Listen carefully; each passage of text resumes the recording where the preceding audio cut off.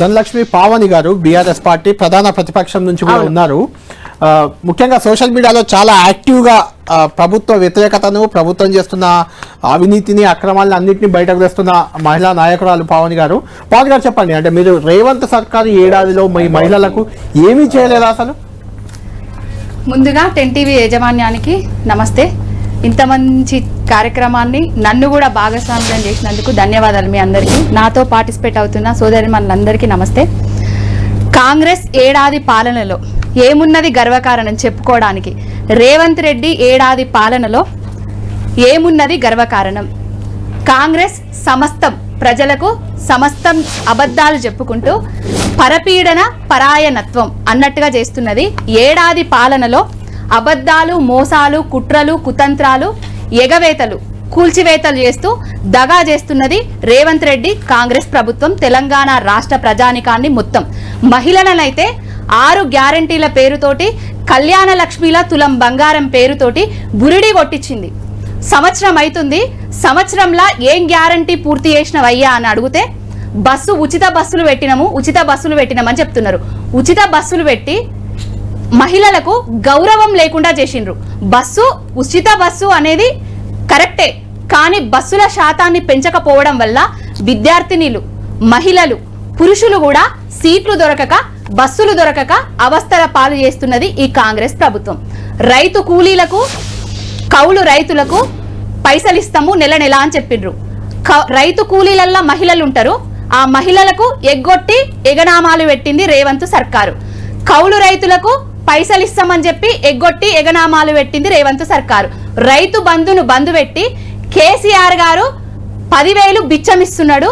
నేనొస్తా, కాంగ్రెస్ ప్రభుత్వం వస్తుంది, 100 రోజులలోనే రైతు భరోసా అమలు చేస్తా, కేసీఆర్ ఇచ్చే బిచ్చం వద్దు, 15,000 ఇస్తా అని చెప్పిండు. వానాకాలం అయిపోయింది, ఎగ్గొట్టిండు రైతు బంధును. మరి యాసంగి కూడా పంటలు రెడీ అయిపోయినాయి. ఇప్పటి వరకు కూడా రైతు బంధు లేదు, రైతు భరోసా అత్తా పత్తా లేదు. అదే విధంగా మహాలక్ష్ములు, ఇదైతే ఎంత మోసం అంటే, అత్తలకు పెన్షన్ వచ్చినా నెల నెల గవర్నమెంట్ ఉద్యోగినీలకు పడ్డట్టుగా 2,500 రూపాయలు మీ అకౌంట్లలో వేస్తా అని చెప్పిండు. ఇప్పటి వరకు కూడా ఏ మహిళకు కాంగ్రెస్ ప్రభుత్వం అధికారంలోకి వచ్చిన తర్వాత 2,500 రూపాయలు వేసిన దాఖలాలు లేవు. ప్రతి మహిళకు 30,000 రూపాయలు అప్పు పడి ఉన్నాడు ఈ రేవంత్ రెడ్డి.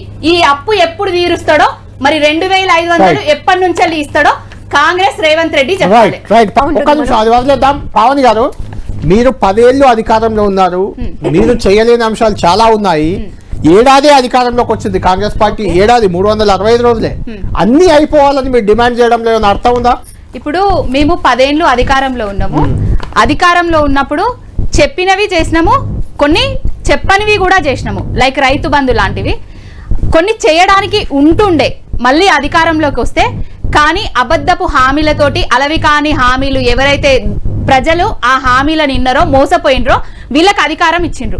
అధికారంలోకి ఇచ్చిన తర్వాత కూడా 100 రోజులు అని వాళ్ళే చెప్పిండ్రు కదా అందరి మైకుల ముందట. డిసెంబర్ 9వ తారీఖు నేనొస్తా, రైతులందరూ ఎక్కడికక్కడ బ్యాంకులల్లో పోర్రి 2 లక్షలు తెచ్చుకోండి, అందరి రైతులకు రుణం మాఫీ చేస్తా అని చెప్పిండు.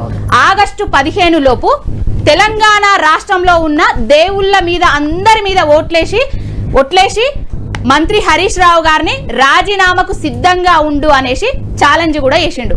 ఆగస్టు 15 అయిపోయింది. రుణం మాఫీ 2 లక్షలు ఇంకా రైతులకు ఎవరికి కాలేదు. అంటే కొంతమంది రైతులకైంది, అందరికీ కాలేదని చెప్పట్లేదు, కొంత పెండింగ్ ఉంది. ఎందుకు మరి?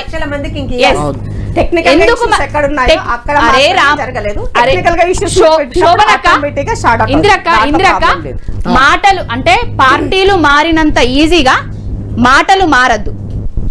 మాట ఇచ్చేటప్పుడు వెనకాల ముందు చూసుకొని ఇవ్వాలి. పవని ఇందిరక్క టంగు చాలా జాగ్రత్త పెట్టుకొని మాట్లాడు. నేను రేవంత్ రెడ్డి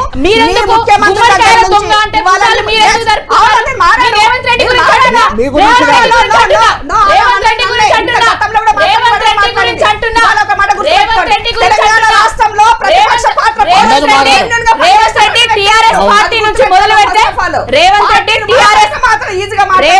టీఆర్ఎస్ పార్టీ నుంచి మొదలు పెడితే కాంగ్రెస్ పార్టీ దాకా కూడా పార్టీలు మార్చిండు. కాంగ్రెస్ ఇప్పుడు కేసీఆర్ గారు దొంగల తెలంగాణ కోసం తెలంగాణ ద్రోహులందరినీ కుడియడం పెట్టుకొని పార్టీలో మారిన వాళ్ళందరినీ మీరు ప్రోత్సహించారు కదా, మీరు కూడా ప్రోత్సహించారు. ఇప్పుడు ఈయన కూడా ప్రోత్సహిస్తున్నాడు కదా, మాకు పట్టిన దరిద్రమే వాళ్ళకు పడుతుంది కదా, రైట్, రైట్. మాకు పట్టిన దరిద్రమే వాళ్ళకు పడుతుంది కదా. విజయ్ గారు రైట్, రైట్.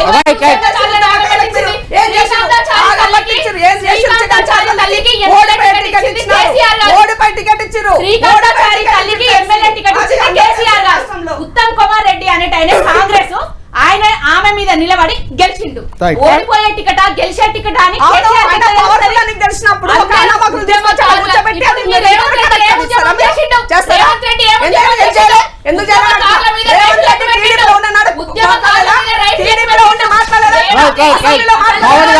పవన్ గారు అది కాదు టాపిక్, అది కాదు ఒక్క నిమిషం ఇందిరా గారు రైట్ రైట్ చెప్పండి మీరు రైట్ ఇందిరా గారు ఒక్క నిమిషం ఉద్యమ ద్రోహ కాదా? ఓకే పవన్ గారు అది కాదు ఇక్కడ, అది కాదు, అది టాపిక్ కాదు. పెట్టిండా లేడా? కాదన్నా లాస్ట్ కాంగ్రెస్ గ్యారంటీ ఒక్క నిమిషం కాంగ్రెస్ గ్యారంటీలా గారడిది.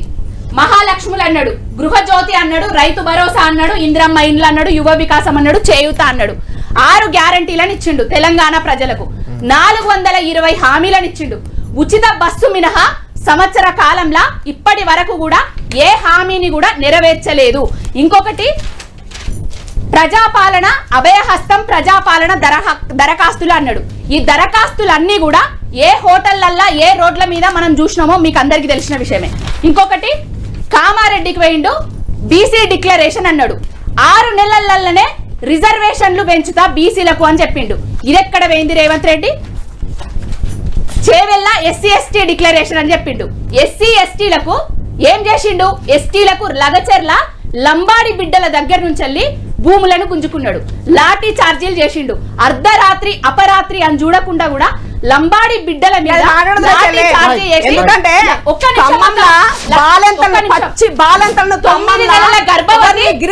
నెలల గర్భవతి లంబాడి యువతి వాళ్ళ భర్త కోసం ఇప్పటికీ కూడా తెలంగాణ భవన్ చుట్టూ తిరుగుతా ఉన్నది. ఇంకొకటి హైదరాబాద్ యూత్ డిక్లరేషన్ అన్నాడన్న. హైదరాబాద్ యూత్ డిక్లరేషన్ ఏం చేసిండు?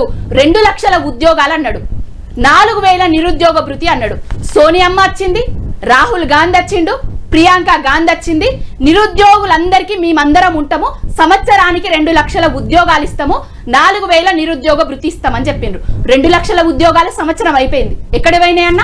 ఏం నోటిఫికేషన్లు ఇచ్చిండ్రు?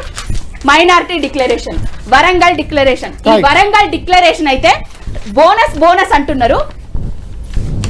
8 కోట్ల క్వింటాల ధాన్యం పండింది. 7 కోట్ల క్వింటాల ధాన్యానికి ఒక మధ్య తరగతి జీవులు ఏం చేస్తారంటే సన్న బియ్యం కోటి క్వింటాలు తినడానికి ఉంచుకుంటారు. 7 కోట్ల క్వింటాలకు ఇంటూ 500 బోనస్ 35,000 కోట్ల పైసలు ఇవ్వాలి. 35,000 కోట్లు. ఇప్పుడు వీళ్ళు బోనస్ కి ఇచ్చింది 25-30 కోట్లు మాత్రమే. బోనస్ ఎందుకు బోగస్ చేస్తున్నారు? రైతు బంధుని ఎందుకు ఎగగొట్టారు? బంగారాన్ని ఎందుకు ఇస్తలేరు? కళ్యాణ లక్ష్మి చెక్కులు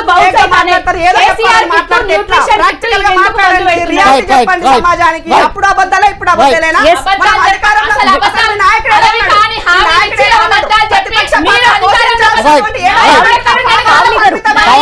పవన్ గారు ఒక్క నిమిషం ఆగాలి. పవన్ గారు పవన్ గారు మీరు ఆగాలి. మాట్లాడాలి, అధికారం ఉంటేనే మాట్లాడతాము.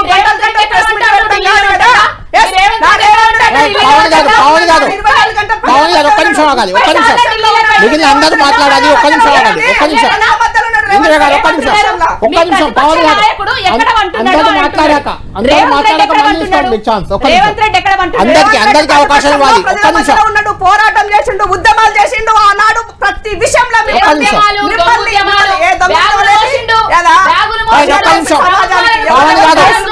పవన్ గారు ఒక్క నిమిషం ఆగాలి, మీరు ఇద్దరు ఆగాలి.